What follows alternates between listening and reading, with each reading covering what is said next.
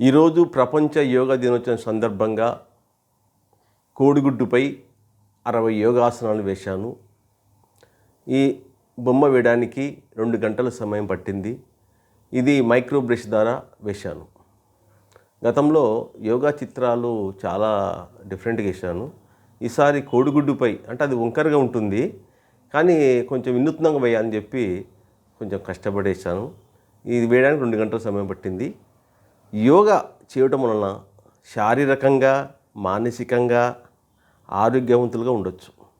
ముందుగా ఏకాగ్రత పెరుగుతుంది, ఒత్తిడి తగ్గుముఖం పడుతుంది,